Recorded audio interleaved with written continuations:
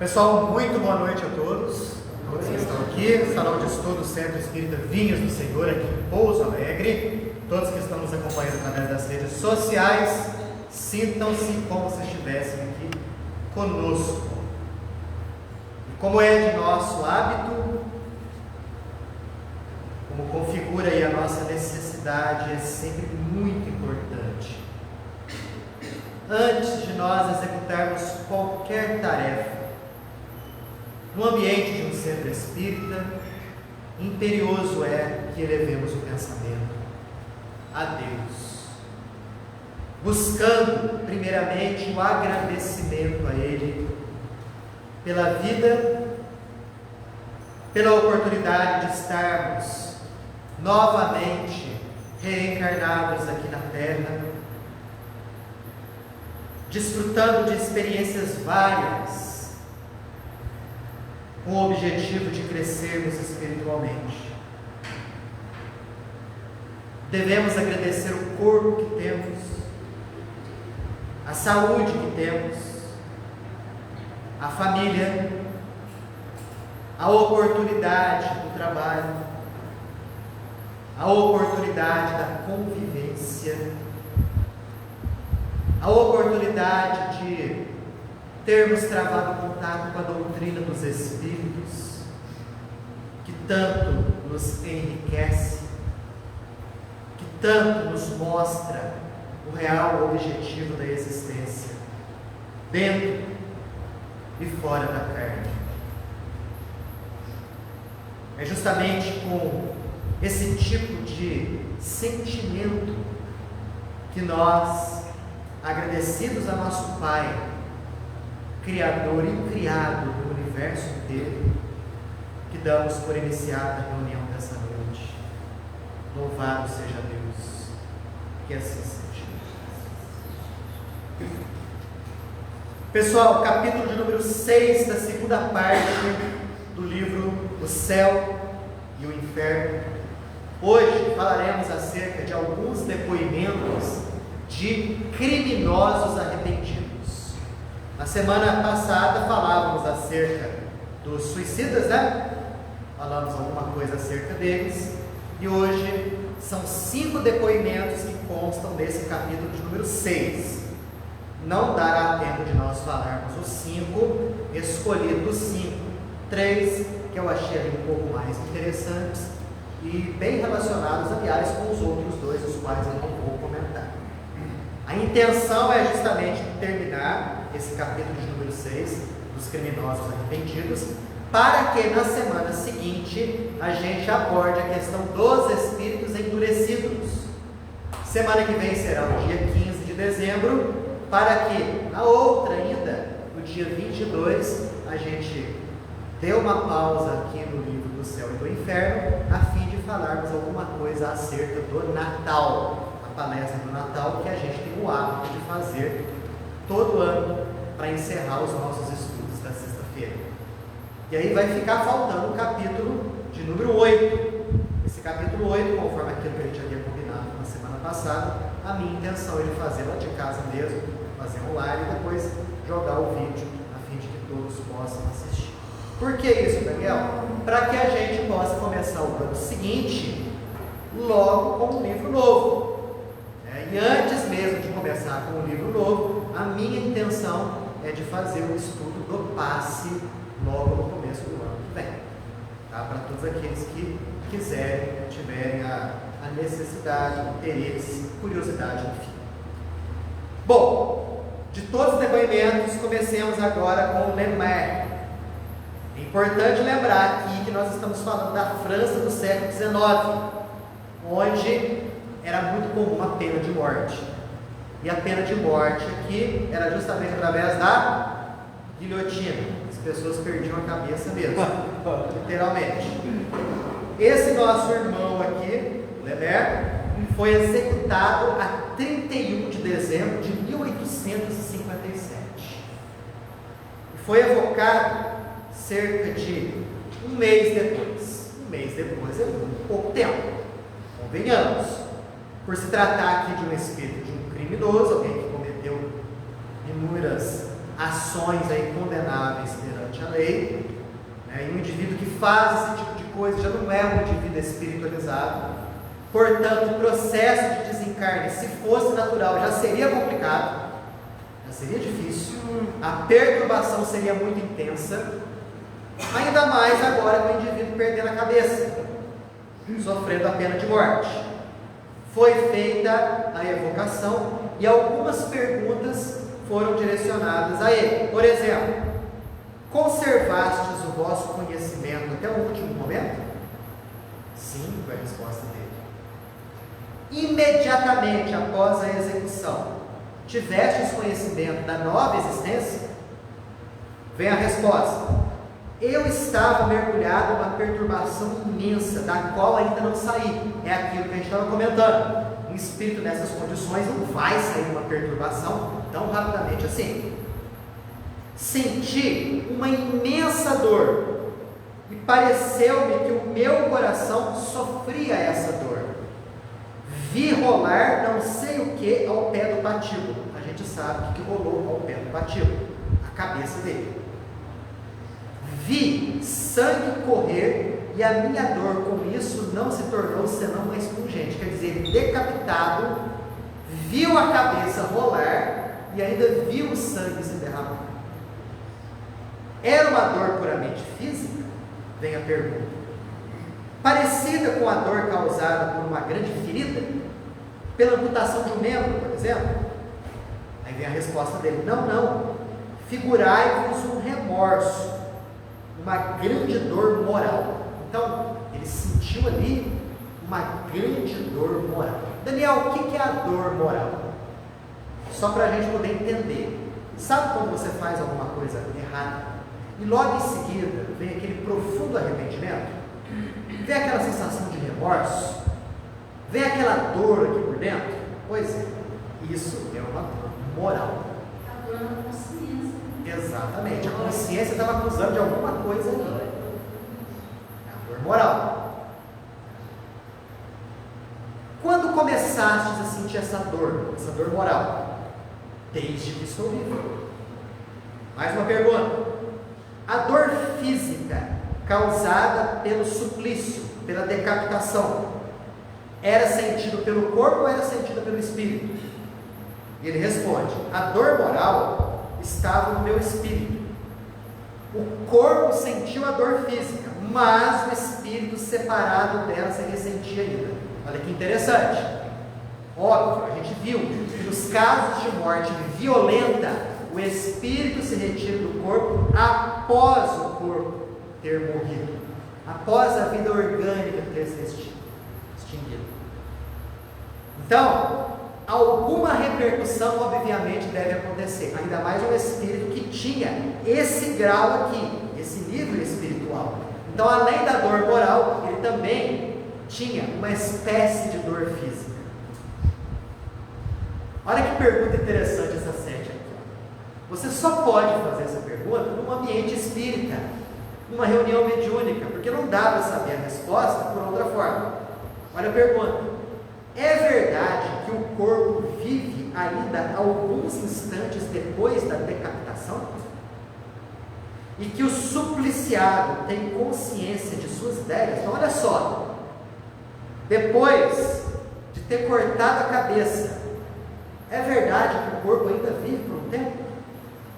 É verdade que a consciência ainda permanece funcionando? Aí vem a resposta: o espírito se retira pouco a pouco.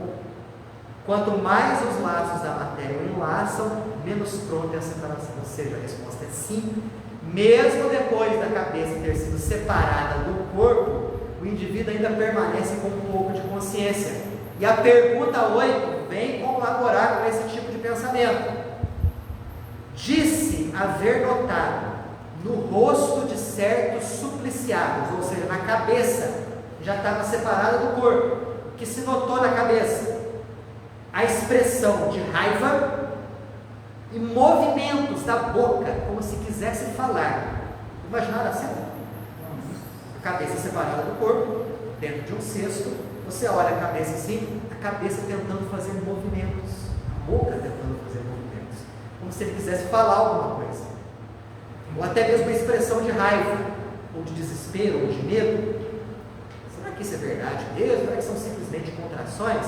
Olha a resposta que o Espírito dá: a vontade, porque o Espírito ainda não se retirou, ou seja, é realmente o Espírito que está ali tentando falar alguma coisa, mesmo a cabeça física dele já estando separada do corpo.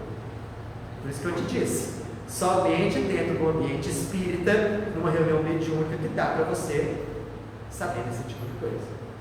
Porque não vai dar de outra forma para você perguntar para um indivíduo decapitado o que ele está sentindo. Não tem como responder. Somente, é óbvio, o espírito dele separado do corpo físico.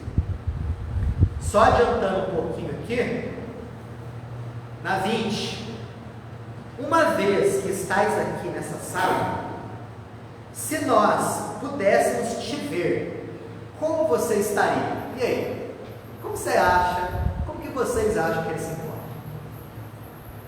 Segurando a cabeça do lado assim. Pois é, gente. Olha a resposta dele: sob a minha forma corpórea, a cabeça separada do tronco. Então, espiritualmente falando, ele estava sem cabeça também. O espírito desencarnado estava sem a cabeça e se comunicando através de um médium, através de psicografia, provavelmente aqui. Mas, Daniel do céu, que coisa absurda! Não é, gente. É preciso entender aqui que se trata de um espírito que foi um criminoso, que foi um indivíduo que não se espiritualizou em vida encarnada e que passou pelo problema, né, de ver a sua cabeça decapitada, separada do corpo. Então, um indivíduo que tem esse perfil, é óbvio que ele vai plasmar o seu corpo perispiritual de acordo com o corpo físico, porque as ideias dele ainda são muito materiais. Então, se pudéssemos enxergar um espírito desse, ele estaria desse jeito mesmo, Ricardo, segurando a cabeça ali, como se segura uma bola de futebol. Aí a cabeça separada do corpo. Como reencarna um espírito desse? Como que reencarna um espírito desse? No plano espiritual, ele vai ter que passar por uma série de tratamentos magnéticos, a fim de que ele possa colocar a cabeça de volta no lugar. O Hermínio Miranda, ele conta um caso parecido, numa reunião mediúnica que ele participava, em que, eu já contei isso para vocês, em que o médium não falava, né? Vamos dizer assim, a psicofonia estava acontecendo, a incorporação aconteceu, mas o médium tentava falar e não conseguia. E aí, por intuição, né, o Hermínio Miranda percebeu que o espírito comunicante ali estava com a cabeça separada do corpo. E aí ele falou várias palavras de conforto, de orientação, né? Que na verdade a cabeça dele não estava daquele jeito, não precisava ficar daquele jeito, somente o corpo ficou daquela forma. Que se ele mentalizasse, né, fortemente, a cabeça voltaria para o local. E depois de uma série de passes magnéticos na médium, passes esses que se repercutiram no espírito comunicante, ele viu a médium fazer assim. Ou seja, o espírito percebeu que a cabeça já tinha sido colocada no lugar.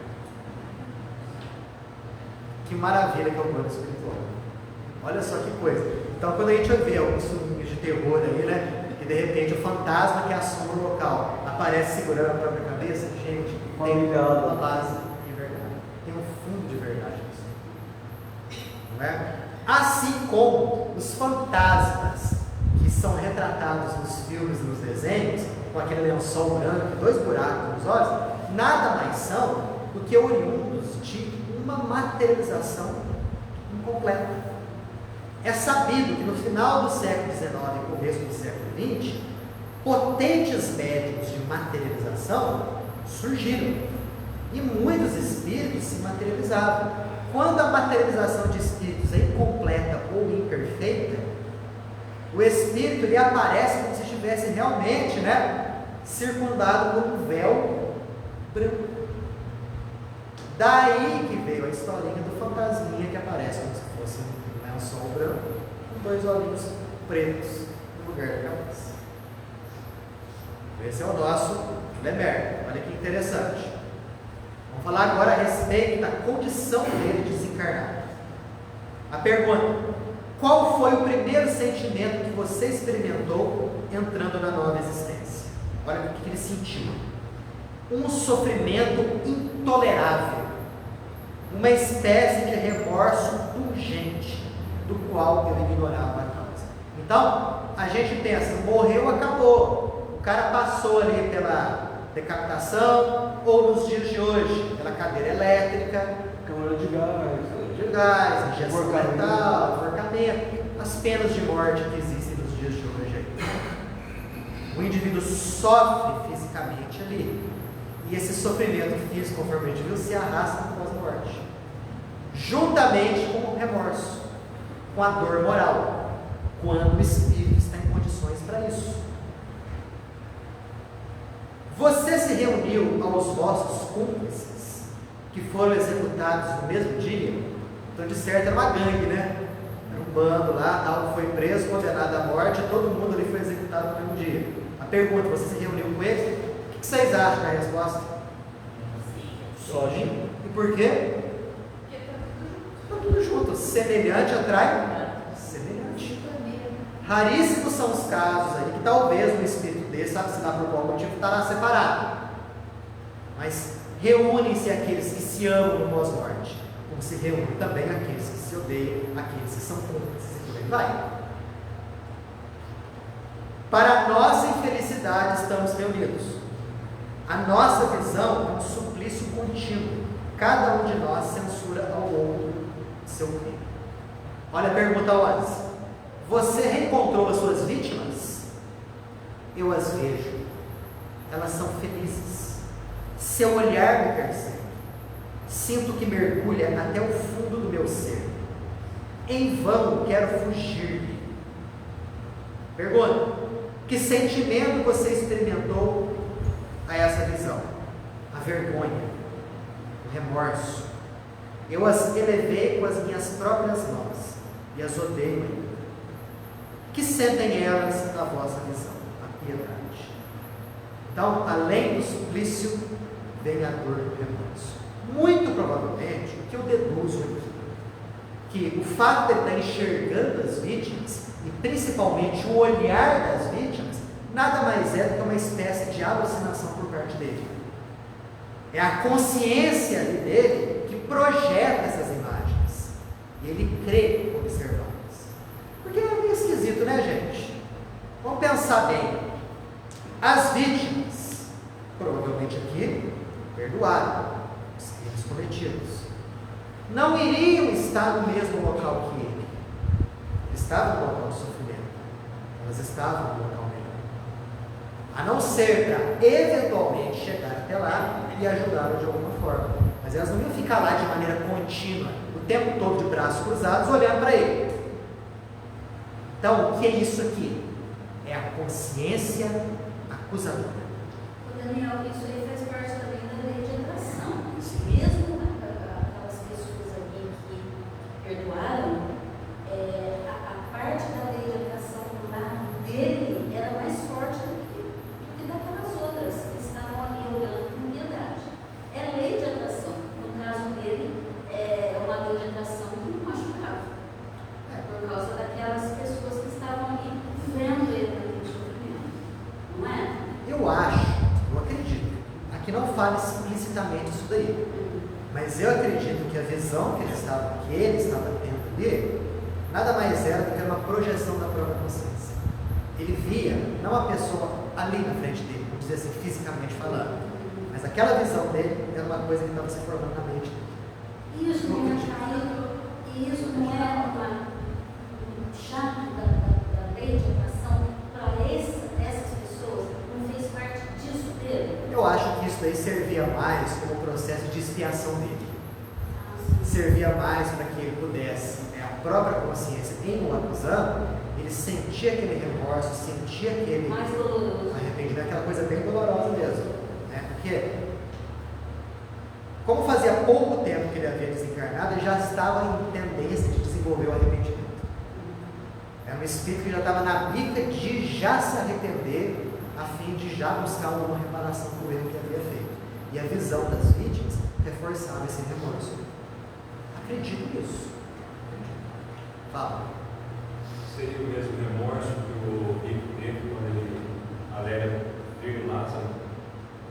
Pode ser, porque na parábola de É Jesus, difícil imaginar.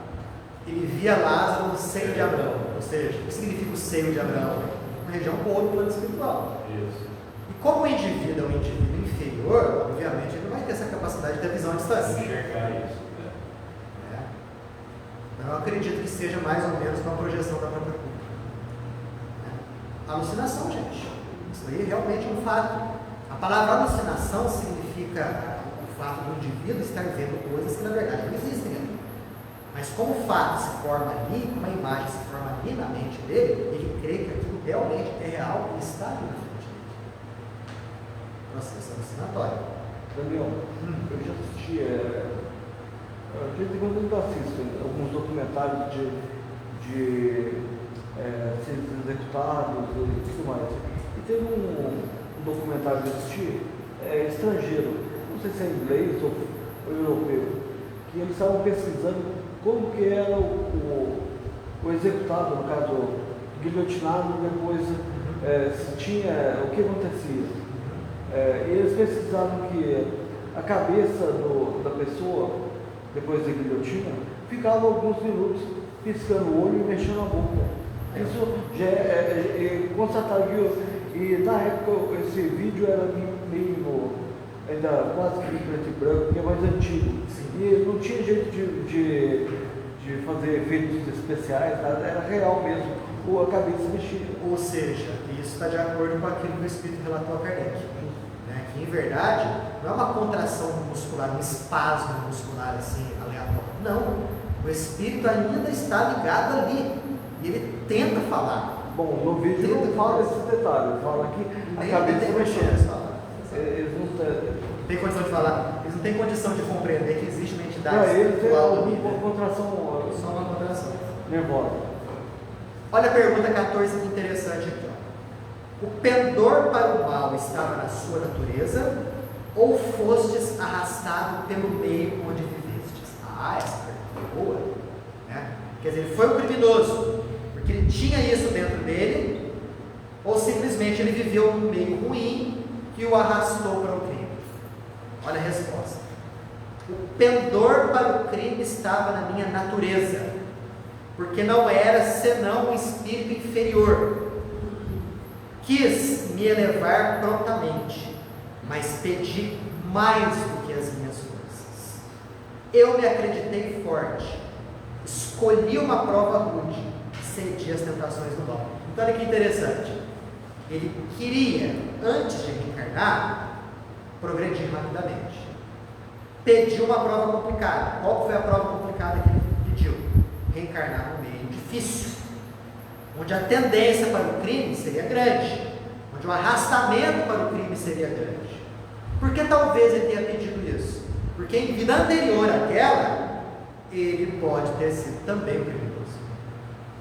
Se encarnou, se arrependeu. Eu quero reencarnar do mesmo jeito. Um local difícil, complicado, urgente, me puxando para o crime, para que eu possa ter a força de resistir. E eu tendo a força de resistir, vou crescer muito espiritualmente. É aí que é a reparação? É a reparação? Na verdade, aqui não é a reparação. Na verdade, aqui é a provação. A reparação seria fazer o quê? O bem no lugar do mal. É reparar. Aqui é mais uma provação. Eu quero provar que realmente eu estou com boas resoluções. Não foi o caso dele. Né? Então, aquela história de que o meio é responsável pelo que a pessoa faz, não é. Ela simplesmente, o meio, ele proporciona condições para que o indivíduo possa ser arrastado ou não, dependendo da natureza espiritual dele, como ele mesmo falou aqui. E as provas disso são inúmeras. Quantos indivíduos reencarnam em meios socioeconômicos difíceis, complicados, no meio da bandidagem, se torna uma pessoa de bem? Se o meio influenciasse a tal ponto, ele seria criminoso. E vários, muitos, não se deixam arrastar. mas há aqueles que se deixam. Dá uma olhada na pergunta 15 aqui, gente. Se você tivesse recebido bons princípios de educação, olha o alcance dessa pergunta. Se você tivesse recebido bons princípios de educação, se afastaria da vida criminosa? Sim. Mas escolhi a posição onde nasci. Quer dizer, escolheu renascer no meio onde ele teria muita dificuldade em receber a boa educação. Torna a pergunta: poderias fazer um homem de bem? Um homem fraco, talvez, incapaz do bem como do mal. Poderia corrigir o mal na minha natureza durante a minha existência, mas não poderia me levar-me até fazer o bem. Que interessante.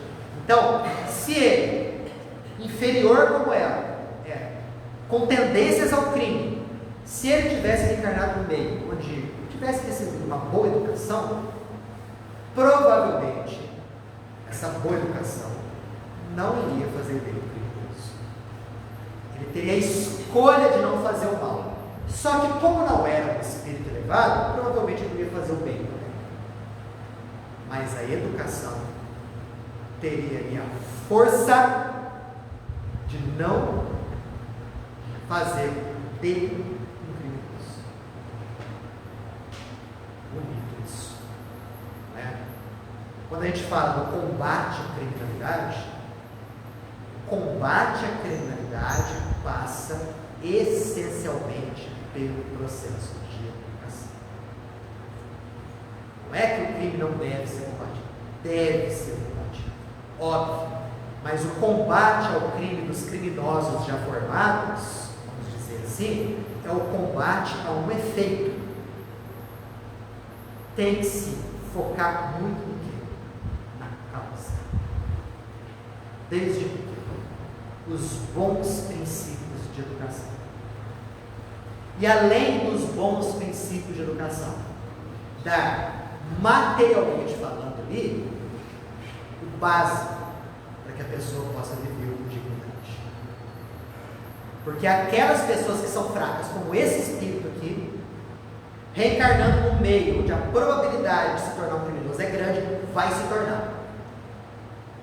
Aqueles que são perversos por natureza, não interessa o meio onde vai reencarnar, talvez. Reencarnando no meio difícil, ou no meio onde haja boa educação, se ele tiver uma natureza perversa, ele vai ser um criminoso de qualquer forma. A tendência é muito grande, mesmo no meio onde a educação tenha sido fornecida a mão cheia. Então essas duas perguntas aqui falam bastante a respeito do combate à criminalidade, maiormente na situação que nós estamos vivendo, né, desde muito tempo no nosso país, aqui no nosso Brasil, onde o índice de assassinatos, né, conta aos milhares por ano, falando só do assassinato, não de outros crimes. Se somar os outros crimes, então, pelo amor de Deus, alguma coisa errada. Devemos combater os efeitos? Resta dúvida. Mas deveríamos investir principalmente na causa. O que o Divaldo faz na Mansão do Caminho, por exemplo, é uma boa forma, um bom exemplo que nos é dado acerca do que deve ser feito, da boa educação, dos bons princípios, dos bons valores embutidos em milhares e milhares de jovens. Quantos espíritos não se tornaram criminosos por conta dessa boa educação? Eu dei um exemplo só. No meio espírita, vários outros, das mais diversas religiões, que fazem coisa parecida, coisa assim. Certinho, gente? Daniel, eu não estou muito enganado, mas a guilhotina na França era utilizada até 1980. Se eu não estou enganado. 1980? 80. Nossa senhora. Não, que era utilizada com frequência. Não, mas depois de 80 eles aboliram. Mesmo assim, há muito pouco tempo, né? De lá até aqui. Puxa vida. Não, se eu não estou, talvez não seja enganado, eu acho que não. É porque eu pesquisando sobre a guilhotina e tal, eu fiquei sabendo desse detalhe. E sobre esse olhar das vítimas que esse espírito percebeu, pode ser também um reflexo de alguns, não sei se é o caso dele, porque tem alguns assassinos e quando eles executam a pessoa, eles gostam de ficar olhando o olhar da pessoa morrendo, sente uma certa sensação. Inclusive um pessoal que gostava de fazer isso, aquela família Mason, da época, que é o Charles Mason, eles gostavam de matar e ficar olhando a pessoa apagar. Tem um espírito aqui, não é esse que a gente vai falar, mas seria o próximo. Qual que era a alucinação dele? Ele se via andando num charco lotado de sangue. Ele se via num mar de sangue. E ele olhava e via na sua mão dinheiro banhado em sangue. Então aí a gente vê o que? As alucinações terríveis que uma consciência culpada gera. Daniel, só para. Eu tinha foi ligado em 1738. Foi usado pela primeira vez em 1792 na Revolução Francesa.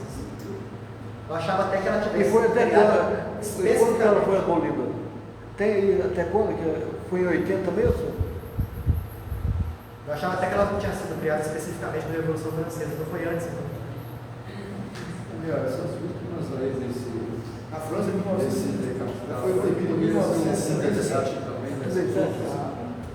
Não entendi, desculpa. Essas vítimas desse decapitado poderia também ser algum resgate que essas vítimas teriam. Podemos ter certeza da seguinte forma: o indivíduo, quando ele desencarna de uma maneira violenta, o acaso também não existiu. Existe algo ali nas vidas passadas que justificou uma morte violenta desse tipo. Não que elas tivessem que desencarnar assim, porque se elas tivessem que desencarnar dessa forma, necessariamente teria que vir alguém com a missão de ser assassino. Ninguém reencarna com a missão de ser assassino. A pessoa vai reencarnar no meio onde a probabilidade dela desencarnar de uma maneira violenta é grande. Então, a coisa se resume toda no campo da probabilidade. Vamos imaginar um indivíduo assim que reencarna com essa probabilidade. Mas foi um indivíduo fantástico em vida, um indivíduo que se espiritualizou muito, que ajudou muitas pessoas. O indivíduo ele pode desencarnar de uma maneira diferente. Ao invés, por exemplo, de levar um tiro, de levar uma facada, pode ser que, sei lá, rompa uma úlcera na pessoa. Vai ver que, de repente, surge algum câncer ou algo desse tipo. Não desencarna de uma maneira assassina, dessa forma. Porque a expiação vai acontecer sempre. Pagar tem que pagar sempre. O que muda é o caráter do pagamento. Como que a pessoa vai pagar? E é justamente a ação do indivíduo que dá o caráter do pagamento. Daniel, e tem um caso, não na guilhotina, mas na cadeira elétrica. Tu gosta disso, né, amigo? Eu acho bem interessante. Nossa Senhora. Tem em toda a história americana, me parece que teria alguns indivíduos que tiveram que ser aplicados à cadeira elétrica mais de uma vez e não morreram. Tem parece que teve um que ele ganhou a liberdade porque fizeram várias vezes e ele não morreu. Isso não era a hora dele mesmo. Olha aí, ó. O espírito de Castor Lotari. Não tem francês, desculpa. Tá? É isso aí mesmo. O que é isso aqui? Gente, uma história interessante. De uma casa mal assombrada. Existia uma casa perto dessa cidade aqui, né? Vou chamar de Castel, tá? Essa cidade de Castel. Nessa casa aconteciam ruídos estranhos, barulhos esquisitos, né? Certas manifestações, sabe, que ninguém sabia explicar. Era uma casa nitidamente mal assombrada. Como era uma casa mal assombrada, o que se faz numa casa mal assombrada? Chama um padre para exorcizar. Em 1848 chamaram o padre. O padre foi lá, exorcizou a casa. Deu certo? Nada. Resultado nenhum.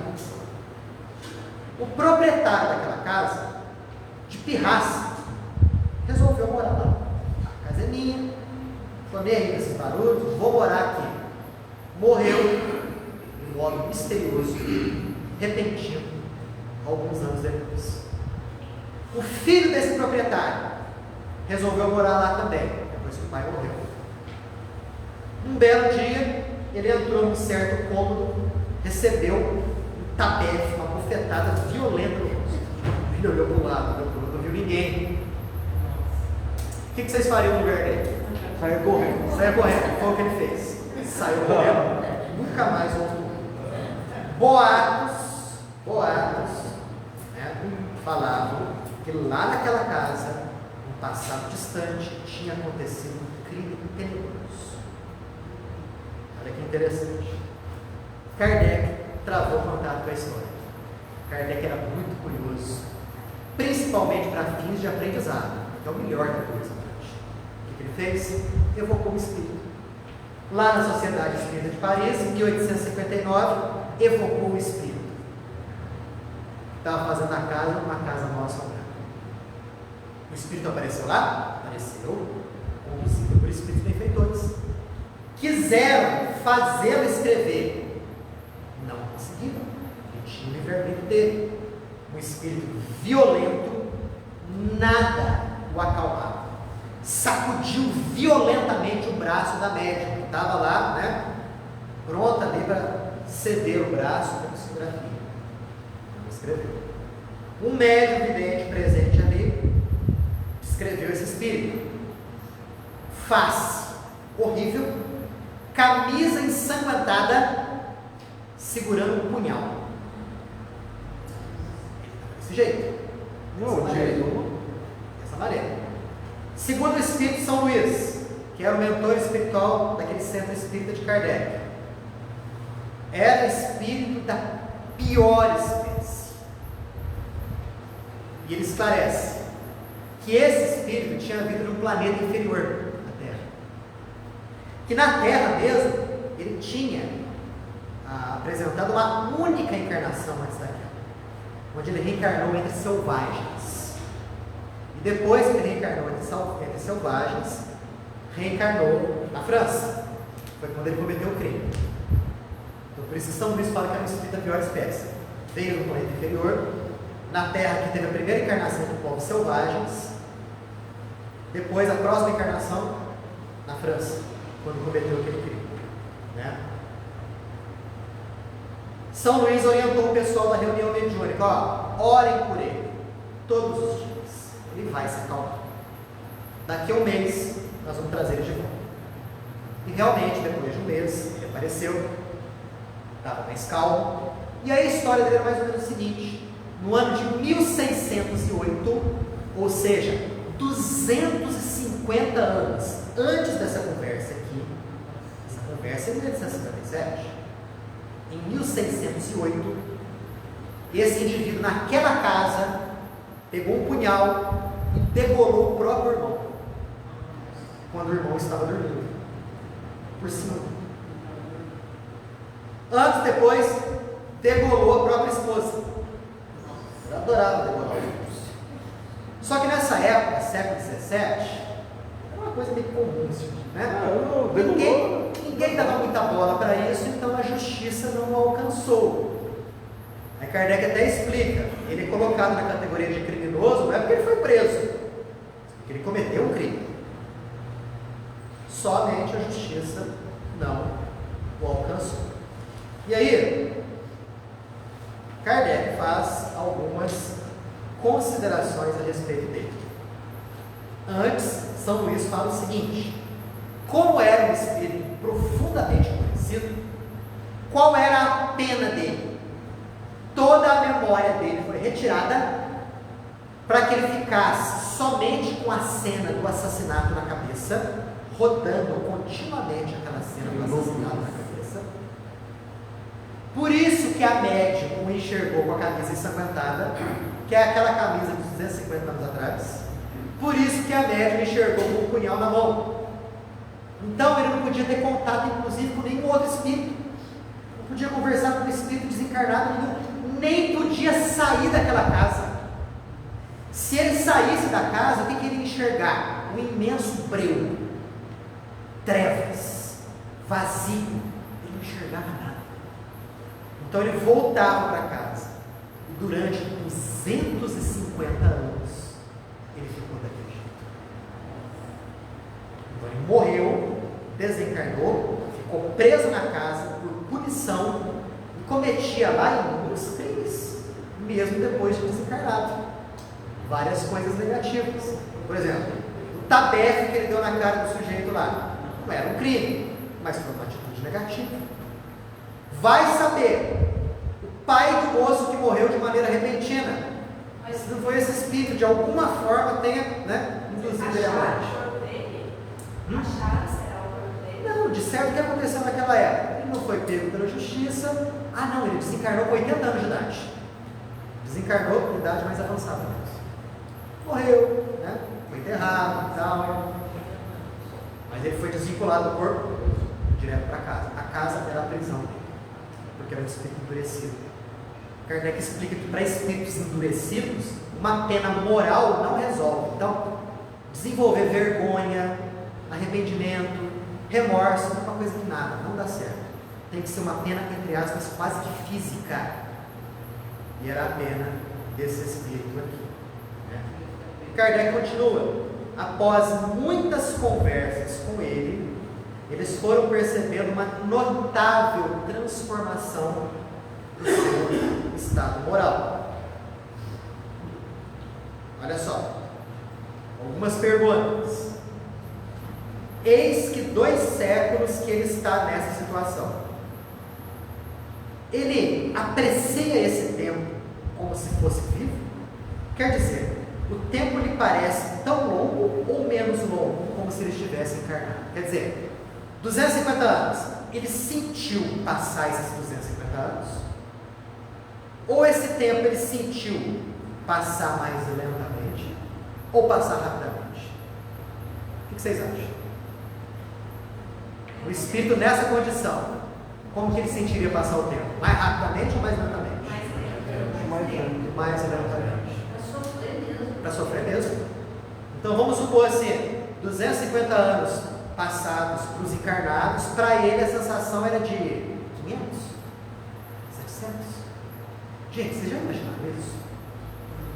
Ficar preso numa casa sem televisão, sem nada. Uma casa onde você tem por única companhia a cena do crime que você cometeu rodando continuamente na tua cabeça. Por 250 anos isso e mais. Você sente isso por 500 anos, 700 anos, 1000 anos. Por isso que daí vem a ideia do inferno eterno. Porque um espírito nessa condição, o que pensa? Não vai acabar mais. Não vai acabar mais, vai ficar eternamente desse jeito. Né? Olha o que Kardec volta a perguntar. Aliás, qual que é a resposta? Parece mais longo. O sono não existe para ele. Ele não dormiu. 250 anos sem dormir. E com a sensação de 500. Mas espera aí. Foi-nos dito que para os espíritos o tempo não existe. Que para eles um século é um ponto na eternidade. Não ocorre o mesmo para todos os espíritos? Aí vem a resposta: não, certamente. Assim não é senão para os espíritos chegados a um certo grau de adiantamento. Mas para os espíritos inferiores o tempo é bem longo, sobretudo quando sofre. Naquela história que passa rapidinho o tempo no plano espiritual, só se você for um espírito mais elevado. Caso contrário, o tempo pode passar até mais lentamente. Não é o caso desse espírito aqui condenado. Né? Uma outra coisa aqui, algumas perguntas para esse espírito. Por que você não escreveu da primeira vez que nós te chamamos? A resposta dele curta e grossa: não queria escrever. Por que você não queria escrever? Resposta: ignorância e embrutecimento. Você pode deixar agora a casa? Ah, sim, com permissão, porque aproveita os vossos bons conselhos. Com isso você sente alívio? Começa a esperar esse alívio. Se nós pudéssemos te ver, sob qual aparência nos veríamos? Vocês iriam me ver com a camisa ensanguentada, só que sem punhal. É uma coisa boa, né? Por que não teríeis mais o vosso punhal? O que você fez com ele? Resposta: eu o maldigo. Deus poupa-me da sua visão. Ou seja, ele já estava chegando num grau ali que já estava ficando predisposta ao arrependimento. Então não tinha necessidade mais daquela criação mental. Porque o punhal ali não é a alma do punhal físico não, viu, gente? Tá? Aquilo é uma criação mental dele. Uma fixação mental. Se o Senhor dele, contínuos, filho, aquele que recebeu o dado, retornasse à casa, você faria mal para ele? Não, agora eu estou arrependido. Mas e se ele te desafiasse? Não peça isso. Não poderia me dominar, você estaria acima das minhas coisas, porque eu sou um miserável. Você enxerga o fim das suas penas? Não, ainda não. Eu muito mais do que mereço saber. Graças à vossa intercessão, elas não durarão sempre. Várias outras perguntas surgiram aqui, né? E Kardec relata e nota a seguinte coisa: o quanto que esse espírito, através das evocações sucessivas, o quanto que ele foi melhorando até que rapidamente, né? Isso aconteceu por quê? Primeiro, ele sofreu longamente, já estava predisposto ao arrependimento. E segundo, era um espírito mais bruto do que orgulhoso. É interessante a gente notar a diferença das duas coisas, tá? Porque existem criminosos que são criminosos por instinto, que são brutos, são toscos, espiritualmente falando, mas existem aqueles criminosos que têm uma grande inteligência. São aqueles que executam friamente um plano arquitetado longamente. Os psicopatas. Há diferença dos dois? Muita. Esse bruto aqui, ele é mais suscetível ao arrependimento. Como esse espírito. Evocações sucessivas. Nossa. Preces feitas com regularidade fizeram com que ele ficasse predisposto a melhorar. A mesma coisa não ia acontecer com aquele espírito que é orgulhoso, que tem um intelecto avantajado, que se nega, inclusive, ao arrependimento. Esses são muito piores. Esses são os chefões das trevas. Esses são aqueles que comandam núcleos no astral inferior com mãos de ferro. Esses são os chefes das legiões. Esses são aqueles que comandam grupos de malfeitores, de arruaceiros das trevas, de obsessores. São espíritos complicados de conversar, porque são frios. Em reunião mediúnica, quando você conversa com eles, você observa um espírito calmo, com um tom de voz tranquilo, inteligentíssimo, difícil de você alcançar. Já aqueles outros brutos, você observa o espírito com um linguajar mais rude, mais agitado, mas que com o tempo dá para você acessar o coração dele com maior facilidade. É o que aconteceu com esse espírito aqui. Depois de ralar 250 anos, que para ele foram 1000, né? Ele estava mais acessível às preces e aos bons sentimentos.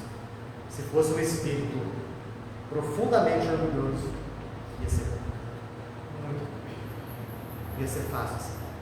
Talvez encarnações e encarnações de dor, luta, sofrimento, privações, para quebrar aquela casca de orgulho, de vaidade, de prepotência, de arrogância, de jactância que esse espírito tem. Sobre esse caso aqui desse nosso amigo da casa mal assombrada, nem é preciso falar que a casa deixou de ficar mal assombrada, concorda comigo? Não, essa casa não é mal assombrada. Precisou. É bem assombrada. Precisou fazer ali algum exorcismo? Não. Aliás, Kardec faz até essa pergunta para São Luís. Um caso como esse, o que devemos fazer? Uma casa mal assombrada. O que deve ser feito? São Luís fala: preces. Preces. Incessantemente. Nada mais do que isso. O exorcismo ali tem efeito nulo, praticamente. E o caso até piora. Porque se são espíritos que brincam, espíritos brincalhões, aí eles vão redobrar os barulhos, os tabefes, os chutes, que realmente acontece. Ninguém perguntou para mim como é que pode um espírito desencarnado dar um tapa no rosto do encarnado. Como que isso acontece? Se eles mexem as coisas, eles conseguem. Se eles mexem os objetos, eles conseguem. Só que para eles mexerem os objetos e dar um tabefe no rosto de alguém, o que eles precisam? De um médico de efeitos físicos. De um médico de efeitos físicos. De alguém para ceder ectoplasma. Porque somente através do ectoplasma que os desencarnados conseguem manipular a matéria. E eles podem fazer isso de um modo pré-concebido, eles sabem como funciona o negócio, ou eles podem fazer isso de um jeito bem inconsciente, que foi o que esse espírito fez. O Daniel, deixa eu...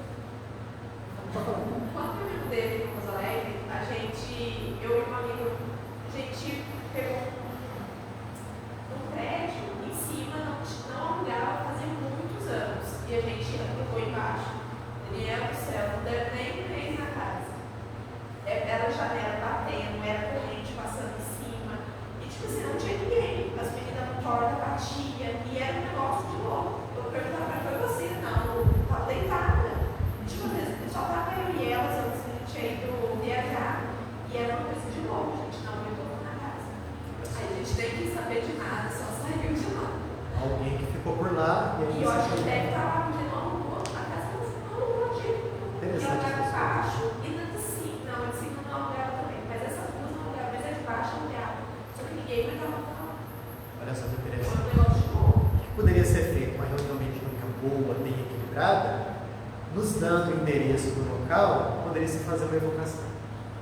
Então, foi no bairro da Chamaria esse tipo. na Tijuca, lá em cima. É uma casa, tipo, a casa é muito bonita. Só que ninguém alugou a casa. Aí a gente, como não era da equipe, a servidora, a gente veio e alugou uma casa. Ficou um mês. Nem um mês. Olha só, então um jeito melhor fazer as evocações, fazer as preces, para poder dissuadir o espírito que está lá fazendo aquele tipo de coisa, daqueles gestos todos.